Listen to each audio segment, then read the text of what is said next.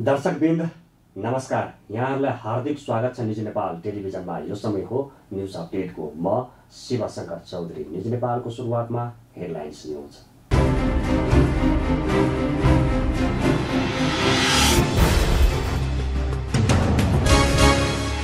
एक अर्काको खुट्टा तान्ने प्रवृत्तिले मुलुकको विकासमा अवरोध पुगेको प्रधानमन्त्री केपी शर्मा ओलीको भनाई। विज्ञापन बोर्डको गठन छिटै हुने भन्दै कार्तिक 7 गतेदेखि क्लिन फिड लागू गर्ने तयारीमा सरकार रहेको प्रधानमन्त्री ओलीद्वारा जानकारी। नेपालमा थप 1559 जनामा कोरोना पुष्टि। संक्रमितको संख्या 77,817 पुग्यो। बुधबार थप 7 जनाको मृत्यु भएको स्वास्थ्य मन्त्रालयद्वारा जानकारी। श्रम र सामाजिक सुरक्षा ऐन कार्यान्वयन गर्नुको सट्टा केही कम्पनीहरूले कामदारलाई नै निकालेको सङ्घका अध्यक्ष ढकालको आरोप। श्रम ऐन 2074 कार्यान्वयन गर्न अखिल नेपाल सिक्युरिटी मजदुर सङ्घको माग। सरकारले पिसिआर परीक्षण गर्दा तोकिएको शुल्कभन्दा बढी लिने प्रयोगशालालाई 24 घण्टाभित्र शुल्क घटाउन चेतावनी। शुल्क समायोजन नभए दर्ता खारिज गर्ने निर्णय भएको मन्त्रालयका प्रवक्ता डाक्टर जागेश्वर गौतमद्वारा जानकारी। आफूहरूलाई राहत प्रदान गर्नुपर्ने भन्दै पर्यटन मजदुर सङ्घ समितिद्वारा पर्यटन बोर्ड अगाडि धरना। आफूहरूको माग पूरा नभए पर्यटन बोर्डमा तालाबन्दी गर्ने चेतावनी। बलात्कारमा संलग्न व्यक्तिहरूलाई कुनै पनि बहानामा छुट नदिन राज्य व्यवस्था समितिको भनाई। अनुसन्धान तथा कारबाही नगर्ने प्रहरी अधिकारीलाई पनि कानुनको दायरामा ल्याउन संसदीय समितिद्वारा सरकारलाई निर्देशन। र 22 दिनमा तरकारी र फलफुलका 123 पसलमा काठमाडौँ महानगरपालिकाद्वारा अनुगमनका क्रममा 26 वटा पसलबाट जरिवाना बाबत 12,87,000 रुपैयाँ राजस्व सङ्कलन भएको महानगरकी उपप्रमुख खड्कीद्वारा जानकारी।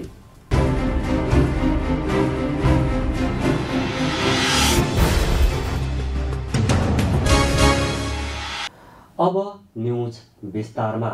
प्रधानमन्त्री केपी शर्मा ओलीले एक अर्काको खुट्टा तान्ने प्रवृत्तिले मुलुकको विकासमा अवरोध पुगेको बताउनु भएको छ। बुधबार बालुवाटारमा सञ्चार उद्यमीको हक हितको संरक्षण गर्ने उद्देश्यका साथ गठन भएको सञ्चार उद्यमीहरूको नयाँ सङ्गठन मिडिया अलायन्स नेपालका पदाधिकारीहरूसँगको भेटमा प्रधानमन्त्री ओलीले मुलुकमा विकासको बाटोतर्फ अघि बढिरहेको तर एक अर्काको खुट्टा तान्ने प्रवृत्तिले मुलुकको विकासमा अवरोध पुगेको बताउनु भएको हो। प्रधानमन्त्री ओलीले सञ्चार माध्यमले जनतामा ज्ञान छर्ने काम गर्नुपर्ने भन्दै देश विकासका लागि सञ्चार माध्यमले सूचना र प्रेरणा दिए मात्र पुग्ने उल्लेख गर्नुभयो। मुलुकभित्र एक अर्का बीच दुश्मनी क्रिएट गर्ने र गर्न खोजेर कोही पनि अघि बढ्न नसक्ने उहाँले बताउनुभयो। प्रधानमन्त्री ओलीले संविधान जारी हुने समयमा जातीयताका द्वन्द्व उब्जाएर संविधान जारी गर्न रोक लगाउने प्रयत्न भएको जिकिर गर्नुभयो। प्रधानमन्त्री ओलीले देश र जनताको आवश्यकता अनुसार संविधान संशोधन गर्न सकिने स्पष्ट पार्नुभयो। त्यस्तै उहाँले कतिपय सञ्चार माध्यमले चरित्र हत्या गर्ने प्रयत्नमा लागेको बताउनुभयो। सुन्दर भविष्यका आकांक्षाहरूको परिपूर्ति गर्ने मार्ग प्रशस्त गर्ने संविधान चाहियो। हामी सबैको नेपालीहरू साझा गौरव साझा सफलता हो संविधान। त्यसमा कमी कमजोरी छन् कि छैनन् भन्ने कुराको हकमा कुनै पनि संविधान यो हिन्दूहरूको भेद, इस्लामको कुरान अथवा क्रिस्चियनहरूको बाइबल लेखेको होइन। हामीले लेखेको संविधानहरू जसले हामीलाई भविष्यका सुन्दर भविष्यका हाम्रा आकांक्षाहरूप्रति गाइड गर्न सकोस्, गतिशील हुन सकोस्, देश र जनताको आवश्यकता अनुसार औचित्यका आधारमा त्यसअनुसार आवश्यकता परे त्यसमा परिवर्तन गर्न सकिन्छ, संशोधन गर्न सकिन्छ, परिमार्जन गर्न सकिन्छ। बिहान न्युजमा मजाले कसैको चरित्र हत्या गरेर, कसैको परिवार बिग्रिएर, कसैको सामाजिक प्रतिष्ठा बिग्रिएर, कसैको व्यापार कारोबार बिग्रिएर जाने गरी ड्यामेजिङ न्युज आज दियो भोलि दियो, सबतिर हल्ला हुन्छ, सबले क्यारी गर्छन्। एक सनसनीखेज समाचार, नयाँ खुलासा धुमधाममा चल्छ। अनि त्यसको अन्तिम पाताको कुनातिर तल छेउमा 2 लाइनमा फलानु दिन फलानु शीर्षकमा दिइएको समाचार भुलवश गयो। त्यो कसले हेर्छ? अब गई हुन्छ, गई त्यो उहिले असम्यक लेखी गर्ने एउटै स्याम गर्ने घोडा छोड्या हुन्छ नि। शास्त्रका अनुसार स्याम गर्ने घोडा जस्तो दौडिएको हुन्छ त्यो भ्रम चाहिँ। यथार्थ उसको खण्डन चाहिँ कसले पर्छ? मान्छेको बर्बाद गर्नुपर्ने जति गरिसकेका हुन्छ। यो चाहिँ पिच पत्रकारिता हो, यो उत्तरदायी पत्रिका हो। सरकारलाई कानुनले अधिकारका सीमाहरू तोकेका छ, बेलगाम सरकारलाई छोडेका छैन। र यदि कानुनले, संविधानले सरकारलाई, राज्यका सञ्चालकहरूलाई कानुनभन्दा माथि वा बेलगाम छोड्छ भने त्यसलाई डिक्टेटोरियल रुल भन्छ। त्यो तानाशाही, कानुनी राजलाई। त्यस कारण हामी सबैले लडेको त डिक्टेटोरियल रुलका लागि होइन, हामीले कानुनको शासनका लागि लडेको, रुल अफ लका लागि। त्यस कारण हामी त्यसमा विश्वास गर्छौँ, त्यसबाट संरक्षित छौँ। विज्ञापन बोर्डको गठन छिटै हुन्छ। हुनभन्दा अगाडि विज्ञापन बोर्डले गर्ने काम अरू कसैले भए पनि गर्नुपर्छ। किन सरकारले फलानु संस्था छैन, फलानु छैन, त्यसकारण अफिसमा मान्छे गएपछि आज हाकिम साहब हुनुहुन्न, त्यसकारण पर्सि आउनु भन्ने चलन पुगेन। त्यस कारण विज्ञापन बोर्ड छैन भने त्यसले गर्ने काम कसरी गर्नु पर्यो? त्यसकारण विज्ञापन बोर्ड नभए पनि तपाईँहरूले विज्ञापन बोर्डबाट गरेको अपेक्षा विज्ञापन बोर्ड गठन भएन, त्यसकारण त्यो अपेक्षा पुरा गर्नु हुँदैन भन्ने केही छैन। विज्ञापन बोर्ड गठन हुन 1 हप्ता लाग्छ भने तपाईँहरूको अपेक्षा भोलि पुरा गर्न सकिन्छ। यो 1 हप्ता पर्खिनुपर्ने के हो? प्रधानमन्त्री ओलीले विज्ञापन बोर्डको गठन छिटै हुने भन्दै कार्तिक 7 गतेदेखि क्लिन फिट लागू गर्ने तयारीमा सरकार रहेको जानकारी दिनुभयो। नेपालमा बुधबार थप 1559 जनामा कोरोना पुष्टि भएको छ। देशका विभिन्न स्थानमा गरिएको परीक्षणका क्रममा 582 महिला र 977 पुरुष गरी थप 1559 जनामा कोरोना पुष्टि भएको हो। बुधबार काठमाडौँ उपत्यकामा थप 902 जनामा कोरोना देखिएको छ। स्वास्थ्य मन्त्रालयका अनुसार काठमाडौँमा 274 महिला र 423 पुरुष गरी 697 जना, भक्तपुरमा 53 महिला र 40 पुरुष गरी 93 जना र ललितपुरमा 46 महिला र 66 पुरुष गरी 112 जनामा र 12 जना रहेका छन्। यो सँगै नेपालमा कोरोना संक्रमितको संख्या 77,817 पुगेको छ। त्यस्तै कोरोनाका कारण थप 7 जनाको मृत्यु भएको छ। यो सँगै नेपालमा कोरोनाका कारण ज्यान गुमाउनेको संख्या 498 पुगेको छ। त्यस्तै बुधबार 1057 जना डिस्चार्ज भएका छन्। यो सँगै नेपालमा कोरोना निको हुनेको संख्या 56,428 पुगेको छ। हाल सक्रिय संक्रमितको संख्या 20,891 जना रहेको स्वास्थ्य मन्त्रालयका प्रवक्ता डाक्टर जागेश्वर गौतमले जानकारी दिनुभयो। आज देशभरि जम्मा सक्रिय संक्रमितहरूको संख्या 20,891 छ। संस्थागत आइसोलेसनमा रहनुभएका व्यक्तिहरूको संख्या 10,087, प्रदेश 1 मा 356, प्रदेश 2 मा 616, बागमतीमा 7,063, गण्डकी प्रदेशमा 481, प्रदेश 5 मा 877, कर्णाली प्रदेशमा 335 र सुदूरपश्चिम प्रदेश 359 जना। यसैगरी होम आइसोलेसनमा रहनुभएका व्यक्तिहरूको संख्या प्रदेश 1 मा 1,505, प्रदेश 2 मा 577, बागमती प्रदेशमा 6,555, गण्डकीमा 489, प्रदेश 5 मा 1265, कर्णाली प्रदेशमा 265, सुदूरपश्चिम प्रदेशमा 148 गरी जम्मा 10,804 हुनुहुन्छ। नेपालमा आजको PCR 12,205 गरी जम्मा 10,21,503 परीक्षण भएको छ। गत 24 घण्टामा नयाँ संक्रमितको संख्या 1,559 छ। आज काठमाडौँ उपत्यका मध्ये काठमाडौँमा 697, भक्तपुरमा 93 र ललितपुरमा 112 गरी जम्मा 902 जना संक्रमित हुनुभएको छ। क्वारेन्टाइनमा रहनुभएका व्यक्तिहरूको संख्या 5,428 छ। प्रदेश अनुसार प्रदेश 1 मा 556, प्रदेश 2 मा 157, बागमती प्रदेशमा 500, गण्डकी प्रदेशमा 641, प्रदेश 5 मा 1,197, कर्णाली प्रदेशमा 689 र सुदूरपश्चिम प्रदेशमा 1,688 हुनुहुन्छ। संक्रमण मुक्त भई 24 घण्टामा डिस्चार्ज हुने जम्मा 1,057 जना हुनुहुन्छ। आजसम्म डिस्चार्ज हुनुहुने 56,428 जना। प्रदेश 1 मा 5,094, प्रदेश 2 मा 13,739, बागमतीमा 15,705, गण्डकी प्रदेशमा 3,348, प्रदेश 5 मा 8,759, कर्णाली प्रदेशमा 2,915, सुदूरपश्चिम प्रदेशमा 6,868 जना हुनुहुन्छ। कोभिड-19 संक्रमण मुक्त हुने दर 72.5% छ।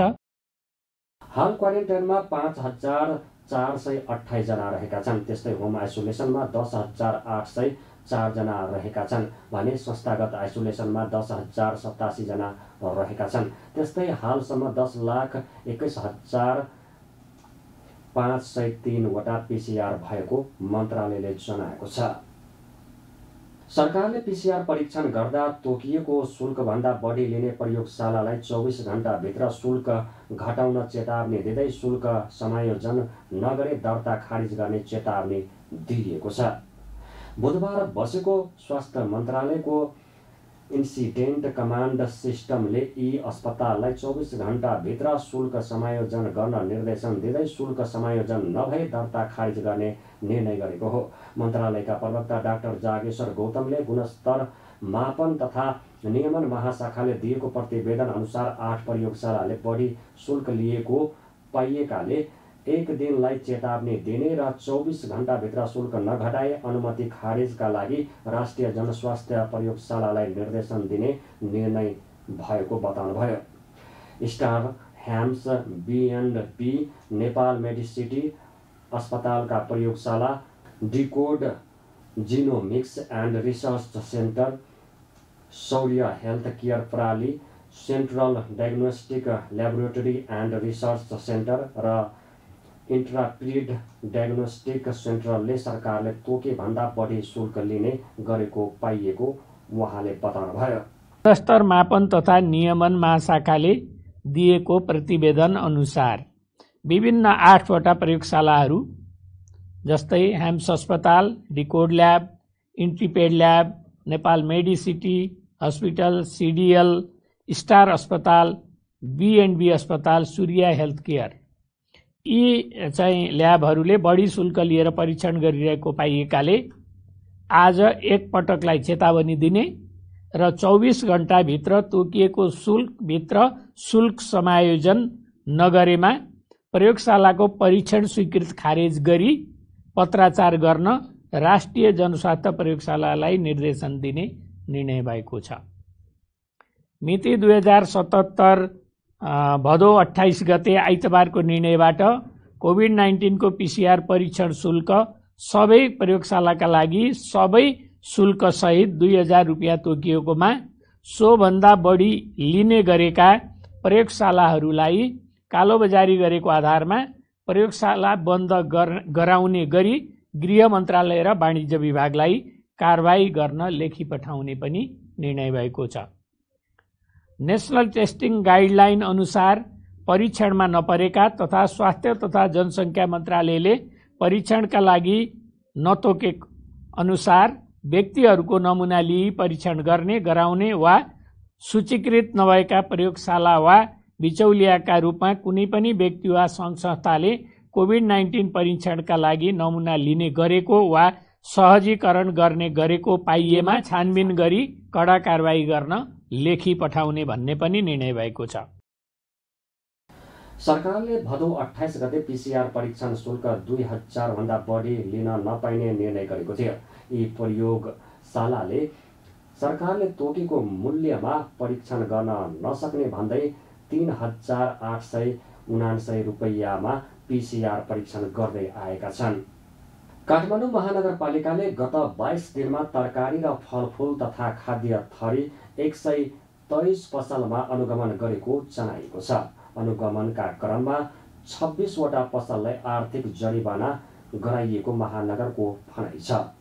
बुधबार काठमाडौँमा पत्रकार सम्मेलन गर्दै महानगरले अत्याधिक मूल्य बढेको गुनासो आउन थालेपछि उपप्रमुख हरिप्रभा खड्कीको संयोजकतामा रहेको उपभोक्ता हित संरक्षण समितिले नियमित अनुगमन गरेको जनाइएको हो। अनुगमनका क्रममा 26 वटा पसललाई जरिवाना तिराइएको र जरिवाना बापत 12,87,000 रुपैयाँ राजस्व सङ्कलन भएको महानगरकी उपप्रमुख खड्कीले जानकारी दिनुभयो। त्यस्तै प्याजको कृत्रिम अभाव सृजना गरेर बिक्री भइरहेका प्याज बरामद गरेर खाद्य व्यवस्था तथा व्यापार कम्पनी मार्फत बिक्री गरिएको उहाँले बताउनुभयो। उहाँले पर्याप्त ऐन कानुनको अभावमा सोचे जस्तो अनुगमनको काम गर्न नसकिएको गुनासो पनि गर्नुभयो। म आफै पनि तपाईहरुलाई भन्नु पर्दाखेरि अनुगमन समितिको उपप्रमुख भनेर मैले कहिले पनि त्यो दर्जालाई आफ्नो ठाउँमा राखेर म पनि आफू पनि स्वयं सडकसम्म गएर चाहिँ यो अनुगमन चाहिँ गर्न गएको तपाईहरुलाई जानकारी नै छ। अस्ति भर्खरै यो समिति सहित लिएर म आफू गएको थिएँ जानकारी बिना, किन हामी जानकारी दिएर गयो भने चाहिँ त्यो कुरा सबै पहिल्यै कालो बजारीहरू ठापठुप्पै बन्द भइहाल्छ। त्यसैले उपप्रमुख सहित त्यहाँ जाँदाखेरि कालीमाटीमा हामीले अब मिति नभएको कुनै अब भनौँ न सडे गरेका थुप्रै चामलदेखि लिएर दालदेखि लिएर खाद्यान्न वस्तुहरू चाहिँ अहिले देखा पर्यो।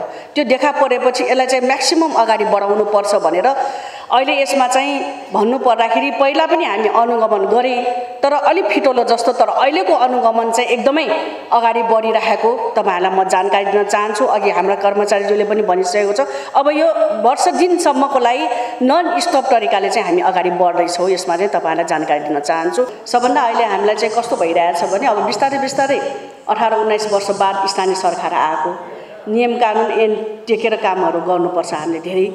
अब हुनलाई स्थानीय सरकार सम्पूर्ण 22 वटा अधिकार दिएर काम गर्नु भनेर भनेको छ, तर हामीले त्यो पनि खोसिँदै सङ्घबाट खोसिँदै प्रदेशबाट खोज्दै अगाडि बढिरहेछ। यसमा हाम्रो चाहिँ एकदमै विरोध नै छ यसमा, किनभने स्थानीय सरकार भनेको कस्तो त भन्दा एउटा कणकणसम्म हामी काम गर्ने भएको कारणले गर्दाखेरि स्थानीय सरकारलाई पूर्ण रूपमा चाहिँ यस्तो कुरालाई चाहिँ अधिकार दिनै पर्छ।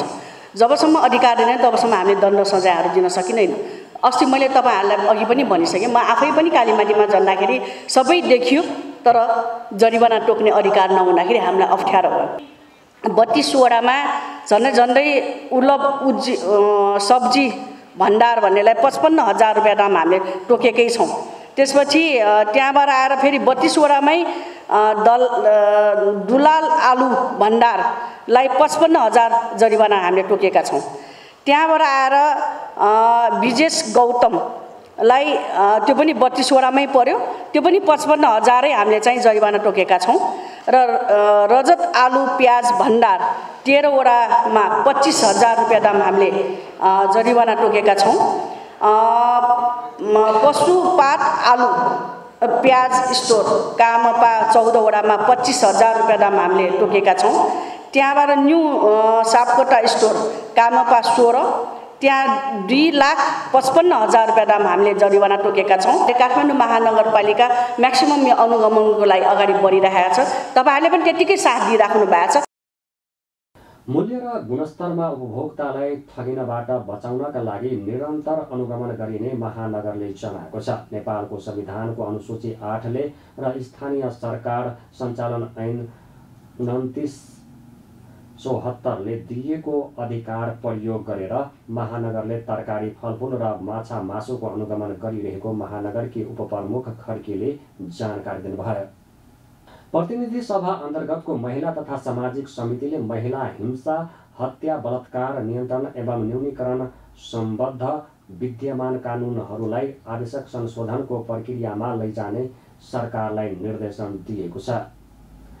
सिंहदरबारमा बुधबार बसेको समिति बैठकले यस्तो घटनामा विद्यमान कानुनहरू, दण्ड सजायको मात्रा र प्रकृतिको पुनरावलोकन गरी परिमार्जन गर्न आवश्यक देखिएकाले सो सम्बन्धमा यथाशीघ्र कार्य सम्पादन गर्न गराउन सम्पूर्ण कानुनहरूको लैङ्गिक दृष्टिकोणका आधारमा अध्ययन गरी आवश्यक संशोधनको प्रक्रियामा लैजाने व्यवस्था मिलाउन सरकारलाई निर्देशन दिएको हो।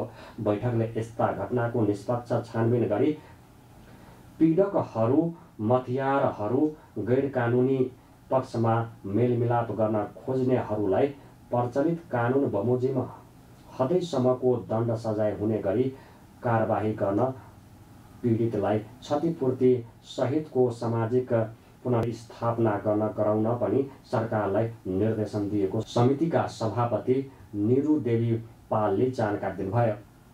समितिले घटनाको निष्पक्ष छानबिनका लागि विशेष कार्य टोली गठन गरी कार्य सम्पादन गर्न समेत समिति गृह मन्त्रालय र प्रहरी प्रधान कार्यालयलाई निर्देशन गरेको सभापति पालले बताउनुभयो। यस्ता अपराधमा अपराधीहरूलाई मृत्युदण्ड दिनुपर्ने, नपुंसक बनाइनुपर्ने र पर्छ भने आवाजहरू उठ्ने गरेको सन्दर्भमा अन्तर्राष्ट्रिय प्रतिबद्धता, संवैधानिक व्यवस्था, पीडक र पीडित दुवैको मानव अधिकारको दृष्टिकोणबाट सम्भव भए नभएको विषयलाई छलफलमा ल्याउन पनि निर्देशन दिएको उहाँले जानकारी दिनुभयो। सम्भावित दण्डलाई समेत व्यवस्था गरी पीडकहरूबाट बारम्बार महिला हिंसा, बलात्कार एवं हत्या जस्ता घटना दोहोऱ्याइरहनु, आर्थिक तथा सामाजिक पद प्रतिष्ठाका आड बहानामा मेलमिलापका लागि दबाब दिइनु, पीडितलाई उल्टै सामाजिक रूपमा बहिष्कृत गरिनु जस्ता कारणहरूले आत्महत्याको बाटो रोज्नुले पनि महिला हिंसा, हत्या, बलात्कार नियन्त्रण एवं न्यूनीकरण सम्बन्ध विद्यमान कानुनहरू, दण्ड सजायको मात्रा र प्रकृतिको पुनरावलोकन गरी परिमार्जन गर्न आवश्यक देखिएकोले सो सम्बन्धमा यथाशीघ्र कार्य सम्पादन गर्न गराउन सम्पूर्ण कानुनहरूको लैङ्गिक दृष्टिकोणका आधारमा अध्ययन गरी आवश्यक संशोधनको प्रक्रियामा लैजाने व्यवस्था मिलाउन समिति नेपाल सरकार, प्रधानमन्त्री तथा मन्त्री परिषदको कार्यालय, गृह मन्त्रालय, कानुन न्याय तथा संसदीय मामिला मन्त्रालय, महिला बालबालिका तथा ज्येष्ठ नागरिक मन्त्रालय तथा नेपाल कानुन आयोगलाई निर्देशन गर्दछ। यस्ता घटनाको निष्पक्ष छानबिन गरी पीडकहरू, मतियारहरू, गैर कानुनी रूपमा मेलमिलाप गर्न खोज्नेहरूलाई प्रचलित कानुन बमोजिम हदैसम्मको दण्ड सजाय हुने गरी कारबाही गर्न, पीडितलाई क्षतिपूर्ति सहितको सामाजिक पुनर्स्थापना गर्न गराउन समितिको यो बैठक नेपाल सरकार, प्रधानमन्त्री तथा मन्त्री परिषदको कार्यालय, गृह मन्त्रालय, महिला बालबालिका तथा ज्येष्ठ नागरिक मन्त्रालय, प्रहरी प्रधान कार्यालयलाई निर्देशन गर्दछ। साथै यस्ता घटनाका पीडक, मतियार जो कोही भए पनि कुनै कारणबाट उन्मुक्ति प्राप्त गर्न सक्ने छैन र हदैसम्मको कानुनी सजाय भोग्नु पर्नेछ भन्ने सन्देश दिने गरी कार्य सम्पादन गर्न र आवश्यकता अनुसार यस्ता घटनाको निष्पक्ष छानबिनका लागि विशेषज्ञ सहितको विशेष कार्य टोली गठन गरी कार्य सम्पादन गर्न समेत समिति गृह मन्त्रालय र प्रहरी प्रधान कार्यालयलाई निर्देशन गर्दछ। बैठकमा नेपाल कानुन आयोगका अध्यक्ष माधव पौडेलले केही विद्यमान कानुनहरू अपूर्ण रहेको भन्दै यसलाई पूर्णता दिन अध्ययन सुरु गरिएको जानकारी दिनुभयो। उहाँले सब परीक्षणका वैज्ञानिक कार्यविधि नरहेको, सब उत्खनन कार्यविधि नरहेको भन्दै आयोग यसको गृह कार्यमा लागेको बताउनुभयो। डिएनएको परीक्षण, स्वपरीक्षण जस्तै कुराहरू आएको छ। निर्मला पन्तको केसमा पनि त्यो कुरा आयो। यसको वैज्ञानिक कार्यविधि छैन अहिले हामीसित। त्यसकारण चाहिँ यो डिएनए र सब परीक्षणको लागि चाहिँ के वैज्ञानिक कार्यविधि हुनु पर्यो, फौजदारी कार्यविधि समेत हुने कुरा पनि हामी अध्ययन गरिरहेका छौँ। सब उत्खनन गर्ने कार्यविधि हामीसँग छैन अहिले। यो कहिले मृत्यु भएको अवस्थामा त यो रेपसँग सम्बन्धित नभए त रेपपछिको हत्या भयो भने त्यो चाहिँ गर्नुपर्ने अवस्था हुनसक्ला, यो पनि गर्नुपर्ने जरुरी छ। केही न्यायाधीशहरूले तत्काल फैसला पनि गरे। सम्झनावाला हजुरहरूलाई बाह्रको तत्कालीन न्यायाधीश लिप्तबहादुर थापाले चाहिँ यस्तै रेप केसमा चाहिँ 1.5 महिनाभित्र फैसला गरिदिनु गर्न सक्ने न्यायाधीशलाई यही अपराध समिति फौजदारी कार्यविधि समितिमा त ठाउँ त छ, तर कति गर्दैन र महत्त्वपूर्ण कुरो यदि यसलाई हुँदैन भने हजुरले त्यो सिफारिस गरिदिनु पर्यो। झुट्टा जाहेरी दिने व्यक्तिलाई कैदको दिने व्यवस्था गर्यौँ भने ठिक छ, यो मलाई झुट्टा व्यवहार गरेँ भने त म कैद पाउँछु, भन्ने उसलाई त्रास पनि भयो भने या त उसले सत्य कुरो बोल्नुपर्ने हुन्छ या झुटो कुरो चाहिँ बोल्यो भने आफू सजाय हुनुपर्ने अवस्था हुनसक्छ।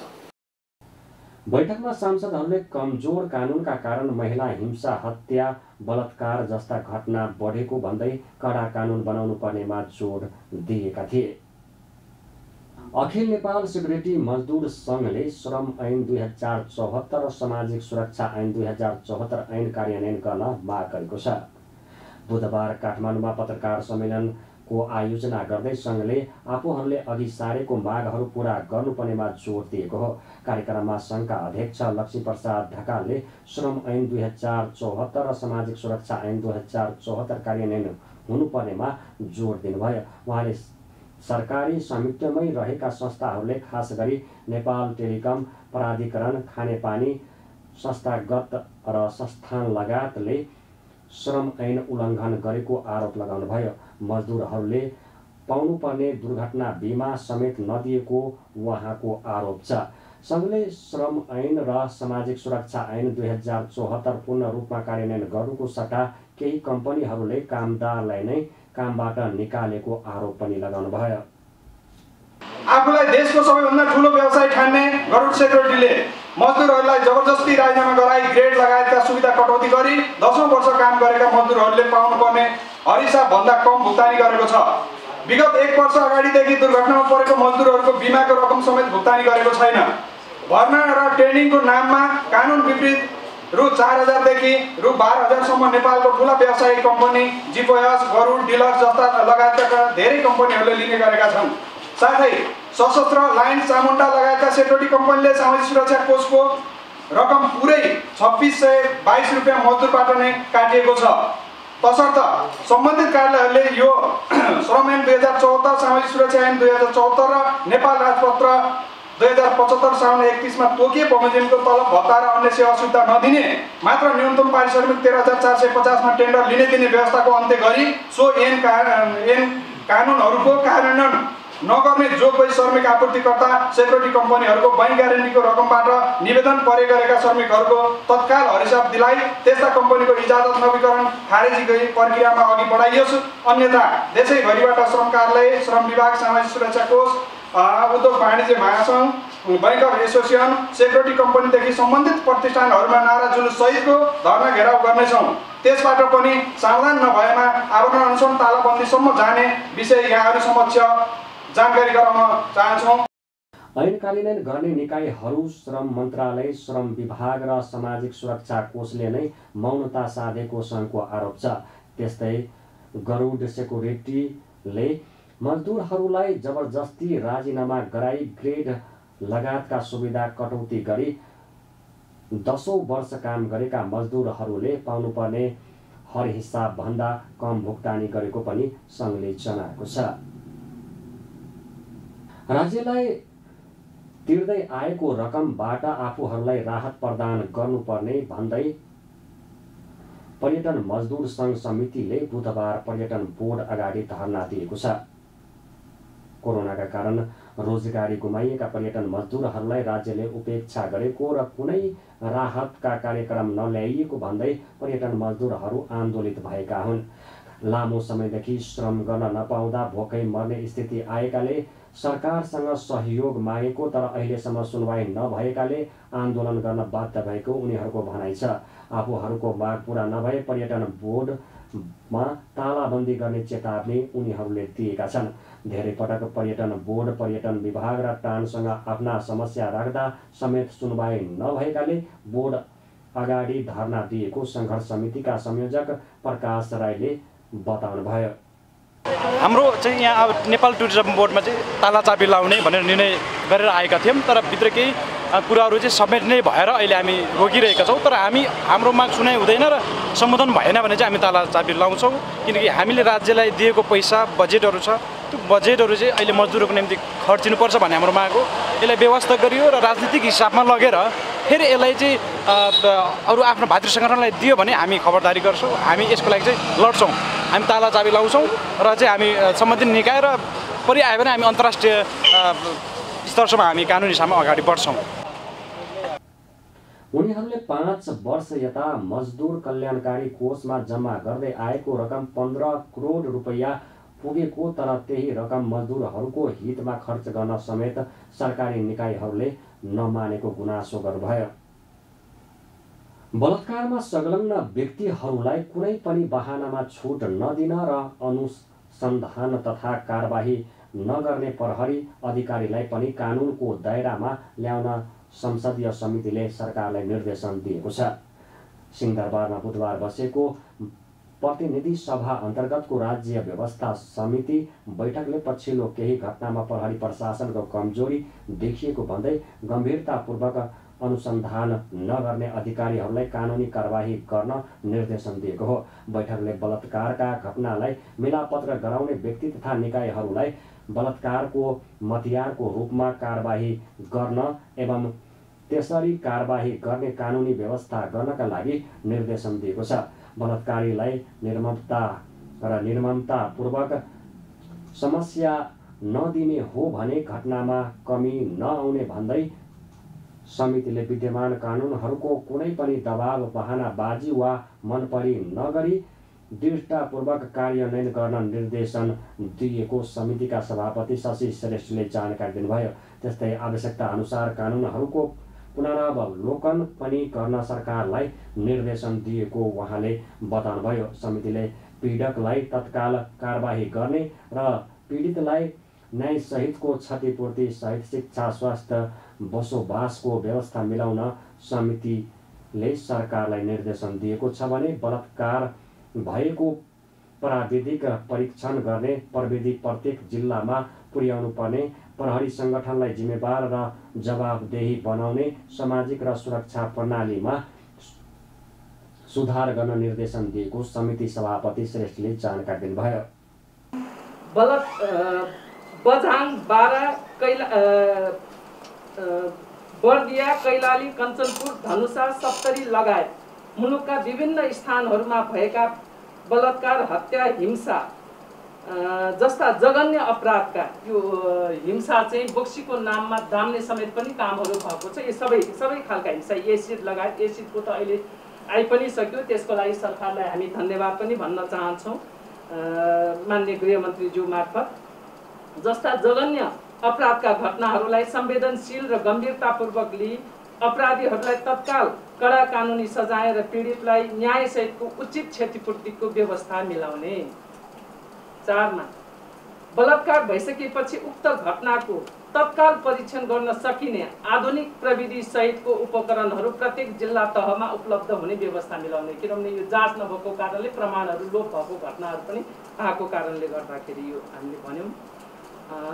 त्यसपछि बलात्कारमा संलग्न अनुसन्धान अधिकृतहरूको पनि अनुसन्धान एवं अनुगमन गर्ने खालको संयन्त्र निर्माण गर्ने। यसको मर्म मैले सायद व्याख्या गर्नु पर्दैन होला।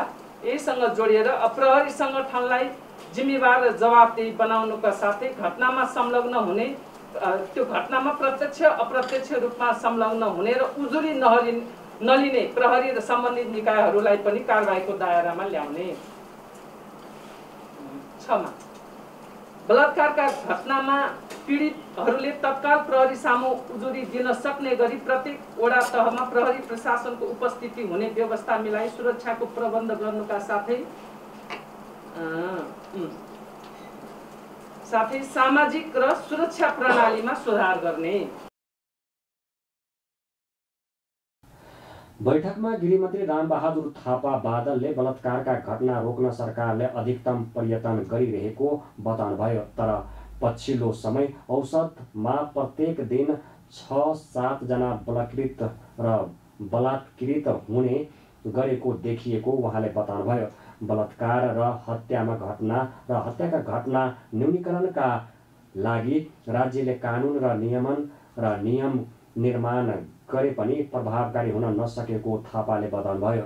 पछिल्लो समय यस्ता मुद्दामा मेलमिलाप गराउनेलाई पनि कानुनी कारबाही गर्नुपर्ने कुरा उठेको जनाउँदै गृहमन्त्री थापाले उनीहरू विरुद्ध पनि कारबाही चलाउने स्पष्ट पार्नुभयो। बालबालिकाहरूमाथि निरन्तर रूपमा बलात्कार, हत्या, हिंसा र उत्पीडन हुँदै आइरहेको कुरामा हामी स्पष्ट नै छौँ भन्ने लाग्छ र यो पछिल्लो समयमा पनि यो प्रक्रिया रोकिएको छैन, यो निरन्तर नै अगाडि बढिरहेको छ। निश्चय पनि यो स्थिति हुनु दुःखद नै हो र राज्यको तर्फबाट हामीले यस किसिमका घटनाहरू र प्रक्रियाहरूलाई न्यूनीकरण गर्ने र यसको रोकथामको निम्ति राज्यले आवश्यक कानुनहरू नियमहरू पनि बनाएको छ र यसको साथसाथै जनतामा एउटा जागरण ल्याउने र एउटा जनपहिचान गर्ने अभियानहरू पनि हामीले गर्दै आएका छौँ र यसो हुँदाहुँदै पनि चाहिँ हामीले यस किसिमका घटनाहरूलाई हामीले रोक्न सकिरहेका छैनौँ र यसै क्रममा यो पछिल्लो समयमा देशका विभिन्न भागहरूमा महिला तथा बालबालिकाहरूमाथि बलात्कारका घटना, उत्पीडनका घटनाहरू भएका छन्। विशेष गरेर अहिले सतहमा आएका अहिले पछिल्लो समयमा अलि बढी जनस्तरबाट पनि आवाज उठेको बझाङको घटना चाहिँ अलि बढी हृदयस्पर्शी र जघन्य एउटा अपराधको रूपमा अगाडि आएको छ। त्यस्तै सप्तरीमा पनि यस किसिमको बलात्कार पश्चात बालिकाले आत्महत्या गरेको पनि कुराहरू आएको छ। यो देशका विभिन्न भागहरूमा अब अहिले यस किसिमका घटनाहरू, बलात्कारका घटनाहरू अहिले हाम्रो अनुसन्धान र जानकारीमा आए अनुसार झन्डै 6-7 जना प्रत्येक दिन देशमा हाम्रा दिदीबहिनी, छोरीहरू, बालबालिकाहरू चाहिँ बलात्कृत भइरहेका छन्। निश्चय पनि यसलाई रोक्नको निम्ति सरकारको तर्फबाट, राज्यको तर्फबाट हामीले आफ्नो कर्तव्य अधिकतम रूपमा निष्ठापूर्वक हामीले त्यहाँ प्रयत्न गरिरहेका छौँ। जस्तै प्रहरी महानिरीक्षक शैलेन्द्र थापाले पछिल्लो समय बालबालिकामाथि यौन दुर्व्यवहारका घटना बढेको स्वीकार गर्नुभयो। सम्झनाको बलात्कार तथा हत्याका आरोपी राजेन्द्र बोहराले अपराध स्वीकार गरेको संसदीय समितिलाई उहाँले जानकारी गराउनुभयो। बलात्कारका घटनामा अधिकांश नजिकको व्यक्ति संलग्न हुने भएकाले रोक्न गाह्रो भएको महानिरीक्षक थापाले बताउनुभयो। उहाँले कञ्चनपुरकी 13 वर्षीय निर्मला पन्तको बलात्कार र हत्याको अनुसन्धान तीव्र रूपमा अगाडि बढिरहेको उल्लेख गर्नुभयो। सङ्घीय प्रहरी इकाइ कार्यालयमा रहेको पोलिग्राफको टिम र तत्कालीन अवस्थामा कञ्चनपुरमा रहेर काम गरिरहेको सिआइबीको टोलीलाई पनि थप मद्दतको निम्ति बजारमा पठाउने। यसरी हेर्दा अनुसन्धानको क्रममा के खुल्यो भने उसले त्योभन्दा पहिला पनि साउनको अन्ततिर एउटा अन्य किशोरीलाई जबरजस्तीकरण गरेको र त्यो कुरा गाउँ स्तरमै मिलापत्र भएर मिलाइएको भन्ने कुरो आयो। त्यसपछि हामीले त्यो किशोरीको तर्फबाट पनि जाहेरी लिने काम गऱ्यौँ र अहिले ऊ 2टा जबरजस्तीकरण र एउटा कर्तव्य ज्यान केसमा अदालतको आदेशले 15 दिनको म्याद थप भएर अनुसन्धान भइरहेको अवस्था हो। र हिजो बेलुकी मात्रै मलाई त्यहाँको डिएसपी साहबले भनेसम्म हिजो जब हामीले पत्रकार सम्मेलन गरेर उसलाई सार्वजनिक गऱ्यौँ तत्पश्चात ऊ त्यो सम्मेलनपछि चाहिँ साबिती भएको कुरा मलाई आएको छ र उसले आफ्नो अपराध स्वीकारेको स्थिति रहेको छ। यो महिनामा जबरजस्तीकरण गर्नेहरूमध्ये हामीले 80% प्लस चाहिँ पक्राउ गरेको अवस्था हो। यो भनेको अनुसन्धानको क्रममा यो सङ्ख्यालाई हामी उल्लेख्य सङ्ख्या मान्छौँ र यहाँहरूबाट 20% पनि किन फरार छन् त भन्ने क्वेसन आउन सक्ने भएकोले मैले त्यसको सम्बन्धमा के निवेदन गर्न चाहेँ भने अधिकांश फरारहरूको चाहिँ सीमावर्ती इलाकामा भएका जबरजस्तीकरणका केसहरूमा चाहिँ फरार देखिन्छन्। हामीलाई अलिकति तत्कालीन अवस्थामा हामीले गरेको अनुसन्धानमा जुन यातना दियो पुलिसले भन्ने थियो त्यो चिज होइन भन्ने कुरो अदालतले नै स्वीकार गरेको भएर त्यो हामीले तयार गरेको लिखतको भ्यालिडिटी चाहिँ बढेको देखिन्छ। त्यसको पछि पनि हामीले अब त्यो प्रदेश प्रमुखको रूपमा त्यहाँ डिआइजी हुन्छ उसैलाई हेर्दै गरेर माननीय गृहमन्त्रीबाट पनि अस्ति र श्रीमान सचिव म बसेर हामी छलफल गरेर त्यसलाई पनि छिटै टुङ्गोमा पुर्याउने गरी काम गर्नु भनेका छौँ र त्यसलाई हामीले कन्टिन्यू मोनिटरमा राखिरहेको स्थिति हो। बैठकमा सांसदहरूले हिंसाका घटनामा संलग्नहरू खुलेआम हिँडे पनि पक्राउ पर्न नसकेको आरोप लगाए। महिला बलात्कार र हत्याका घटनामा प्रहरी संगठन गम्भीर भएर अनुसन्धानमा जुट्नुपर्ने उनीहरूले बताए। हामी न्युज अपडेटको अन्तमा आइपुगेका छौँ। जाँदा जाँदै हेडलाइन्स न्युज पुनः एकपटक।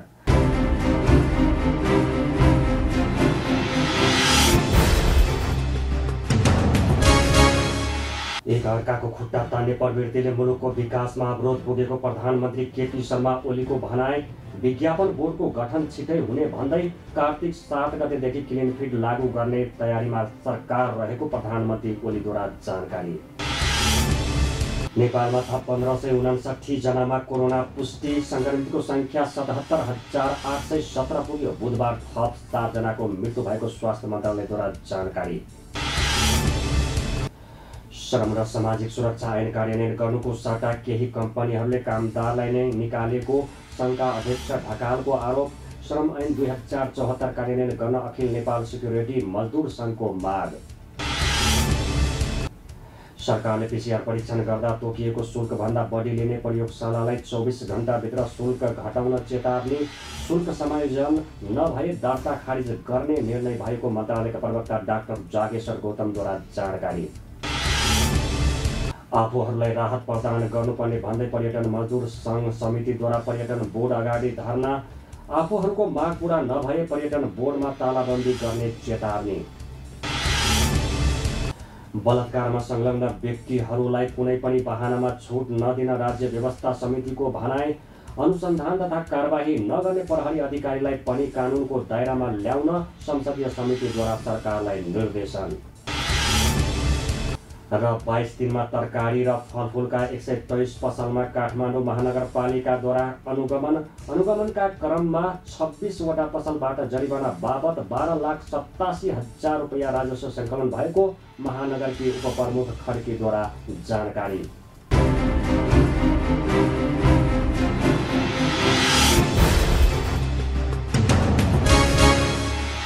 दर्शकवृन्द, अहिलेलाई न्युज अपडेट यति नै।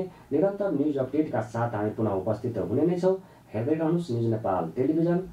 नमस्कार।